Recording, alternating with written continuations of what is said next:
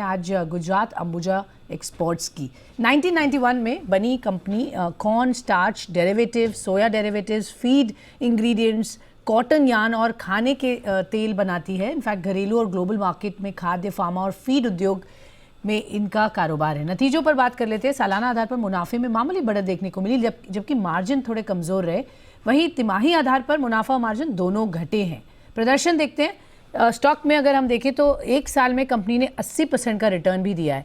खास बात यह है कि साल दर साल एफआईआईज का कंपनी पर भरोसा बढ़ा है। फिलहाल मार्जिन में दबाव का क्या कारण था, क्षमता विस्तार योजनाएं, आगे की ग्रोथ आउटलुक, इस पर बात करने के लिए कंपनी के chairman and managing director Manish Gupta हमारे साथ शो में जुड़ रहे हैं।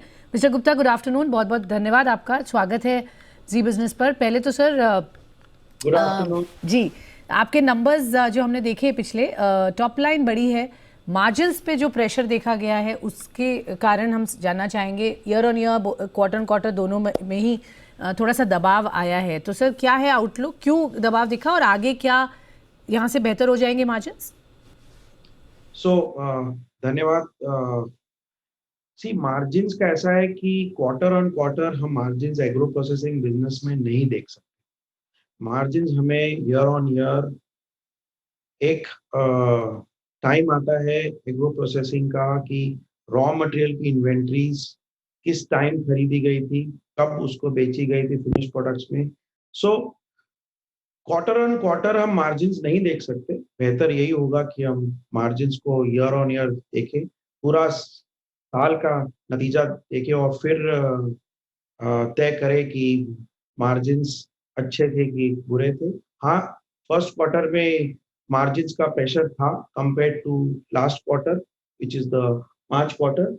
रॉ मटेरियल प्राइसेस थोड़ी इंक्रीज हो गई थी, लेकिन अभी रुपी का डिवैल्यूएशन से कंपनी को फायदा होगा आगे, और आने वाले टाइम में रॉ मटेरियल की नई फसल भी आने वाली है अक्टूबर से, उससे थोड़ा सा प्रेशर भी कम होगा। एक्सपोर्ट्स बहुत अच्छे हैं और रुपी के कारण हमें काफ़ी मदद मिलेगी। ओके श्योर, सो मार्जिन्स थोड़े बेहतर होंगे आगे, ये उम्मीद की जा सकती है। सर बैंड क्या हम एक्सपेक्ट करें पूरे साल के अंत तक, कंपनी क्या एक्सपेक्ट करिए, मार्जिन्स कहाँ तक पहुँच सकते हैं? सी हम लोग एग्जैक्टली कोई प्रिडिक्शन नहीं देते, but I think our starch business is always been in the range of EBITDA margins of 12 to 17%। हमें वही उम्मीद करनी चाहिए। लास्ट ईयर उससे भी ज़्यादा हुए थे। सो हम उम्मीद करते हैं, हम लोग एस्टिमेट ये लगा के चलते हैं साल के शुरू में कि ये रेंज में रहेगा। हो सकता है उससे भी अच्छा प्रदर्शन हो मार्जिन्स। बड़ा है जो आप बता रहे 12 से 17%, बट उससे बेहतर भी आप कह रहे हैं हो सकता है। ओके, मैं आपसे जानना चाहूँगी सर, इस वक्त कॉर्न प्राइसेस ग्लोबली कैसे दिख रहे हैं, करंट सिचुएशन कैसी है, आउटलुक क्या है वहाँ पर सर? सी कॉर्न प्राइसेस इंटरनेशनली यूक्रेन का वॉर के बाद काफ़ी बढ़ गई थी, अभी काफ़ी स्टेबल है। इंटरनेशनल कॉर्न प्राइसेस हालांकि अभी भी ऊंचे हैं। तो ये ऊंचा होना अच्छा है हमारे लिए। और Indian corn prices are also high, but compared to the international market अभी भी इंडिया का कॉर्न एक्सपोर्ट हो रहा है या हो सकता है। सो जब ये होता है कि एक्सपोर्ट हो सकता है, इसका मतलब ये है कि इंडिया की कॉर्न प्राइसेस हमारे लिए अच्छे हैं।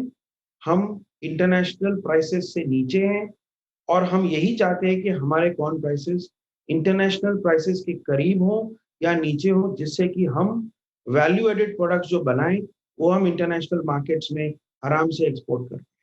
सो आने वाला फ्यूचर जो आपने पूछा इंटरनेशनल कॉर्न प्राइसेस का, आई थिंक नई फसल यूएस में आने वाली है, फसल की संभावना अच्छी है। तो यही उम्मीद करते हैं कि इंडियन इंटरनेशनल कॉर्न प्राइसेस थोड़े कम होंगे। और इंडिया की भी कॉर्न फसल काफ़ी अच्छी है, अक्टूबर में जो आती है which is a kharif crop, जो काफ़ी अच्छी दिख रही है इस बार। सो इंडिया में भी कॉर्न प्राइसेस नीचे आने की काफ़ी संभावना है। जो अभी प्राइसेस 25-26 रुपए इंडिया में कॉर्न के हैं, वो 21-22 तक पहुंच सकते हैं। तो उसका असर सर बिजनेस पर कैसे पड़ेगा, क्योंकि जब प्राइसेस ऊपर थे तो that was good for the company, तो ये कितना जी हम ऐसा नहीं बोल सकते कि प्राइसेस जब कॉर्न के ऊपर जाएंगे तभी कंपनी के लिए अच्छा होगा। कंपनी के लिए तो रॉ मटेरियल प्राइसेस जितनी सस्ती हो उतना बेहतर है। हमको हमारा वैल्यू एडिशन करके हमें फिनिश प्रोडक्ट्स बेचना है। हमारा लॉन्ग टर्म कॉन्ट्रैक्ट्स होते हैं, तो जितनी रॉ मटेरियल प्राइसेस अच्छी होगी, रूपी काफी सपोर्ट में है, तो रॉ मटेरियल प्राइसेस नीचे आने से कंपनी के मार्जिन्स पे काफी पॉजिटिव असर आने वाला है। इस पे कोई नेगेटिव बात नहीं। Enough sir. सर हम देख रहे हैं एफआईआईज भी इंक्रीजिंगली अपना स्टेक बढ़ा रहे हैं, स्पेशली एट दोज टाइम्स जब हमने देखा बाकी जगह से एफआईआईज की तरफ से सेल ऑफ आ रहा है। प्रमोटर्स का भी कुछ इस तरह से प्लान है सर स्टेक बढ़ाने का? सी promoters already are well placed. We have 67% holding. जरूरत पड़ेगी तो बिल्कुल विचार करेंगे। काफी हमारे एक्सपेंशन प्लान्स ऑलरेडी हैं, हमने अनाउंस भी किए हैं। सो एफएफआईज जो होल्डिंग बना रहे हैं, मैं उनका बहुत शुक्रिया हूँ कि वो कंपनी को इस लायक समझते हैं कि वो अपनी होल्डिंग बढ़ा रहे हैं। हम एग्रो प्रोसेसिंग में बहुत साल से हैं, नई नई चीजें लगा रहे हैं, और वही एक कारण है कि उन्हें विश्वास है कि कंपनी अच्छा आगे भी करेगी। मिस्टर गुप्ता, हम इसी पर चर्चा आपसे आगे बढ़ाएंगे और समझने की कोशिश करेंगे जिस तरह से कैपेक्स लाइंड अप है, आप इन्वेस्टमेंट्स बहुत कर रहे हैं, एक्सपेंशन प्लान्स हैं, थोड़ा सा हमारे दर्शकों को विस्तार से बताइए अब तक कितना कैपेक्स प्लान्ड है for this year and over the next let's say 2 years. तो जैसे कि हमने पहले भी बताया है कि नेक्स्ट 3-4 साल काफी एक्साइटिंग रहने वाले हैं। हमारा मालदा प्लांट कमीशन होने वाला है नेक्स्ट 2 to 3 मंथ्स। उसमें 300 करोड़ के ऊपर कैपेक्स लग चुका है। उत्तरांचल में हमें एक नया प्लांट लगा रहे हैं 1200 टन का, उसमें भी 300 करोड़ के ऊपर कैपेक्स लगने वाला है। सॉर्बिटॉल के 2 प्लांट लगा रहे हैं, उसमें भी 100 करोड़ कैपेक्स लगने वाला है। और जैसे कि हमने अभी कुछ महीने पहले अनाउंस किया था कि आने वाले 3 से 4 साल में हम 1000 करोड़ रुपए और लगाने वाले हैं, जो हमारे कॉर्न रिलेटेड बिजनेस से ही है। Fermentation industry, value added products related to fermentation and corn value, high value products. So आने वाला 3-4 साल काफी एक्साइटमेंट में रहने वाला है। कैपेक्स की आउटफ्लो हर साल रहने वाली है। सो अभी हमने इस बार 1 साल के प्लान के बजाय हमने नेक्स्ट 3 से 4 साल का लॉन्ग टर्म प्लान, कैपेक्स और टोटल प्रोजेक्ट्स कितने लगाने वाले, उसका एक प्लान एक साथ सबको बताया है।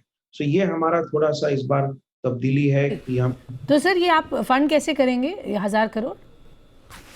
अभी so far there is no plan to borrow any money.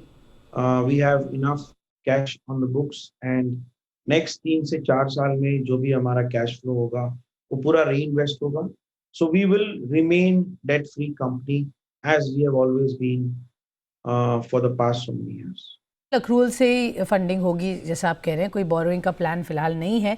Sir 20% market share है आपका, which is basically largest market player in Indian मेज प्रोसेसिंग। किस तरीके का प्लान है सर, कितना मार्केट शेयर और ऐड करेंगे, क्या एक्सपेक्ट कर सकते हैं वहाँ पर? Because 20% I think you already enjoy, right? So by the end of this year we will be 25%. By the end of next year we will be 30%. Okay. And so I think in the next 1.5 years, we will be more than 30% plus in the market share in the corn wet milling industry in India. Lovely. So, 1 साल के बाद आप expect करें 25 and then 30%, that's the progress in market share आप expect कर रहे हैं business को लेकर। बट क्विकली एक आखिरी सवाल सर, तीनों डिविजन्स की अगर हम बात करें, कॉटन यार्न, मेज प्रोसेसिंग, अदर एग्रो, कौन सा सेगमेंट सबसे ज़्यादा आपको मार्जिन्स यहाँ देता है और कौन से पे आप ज़्यादा बेट करेंगे, ज़्यादा बुलिश हैं, which will actually value add for your top line and bottom line both? I think it's very clear. हमने पूरा पैसा हम मेज डिवीजन में ही लगा रहे हैं, यही सबसे ज्यादा top line and bottom line दे रहा है। आगे भी हम पैसा इसी में लगा रहे हैं और यही डिवीजन हमें सबसे ज्यादा टॉप लाइन और बॉटम लाइन ही देगा आगे जाके। So we are most bullish on this division only.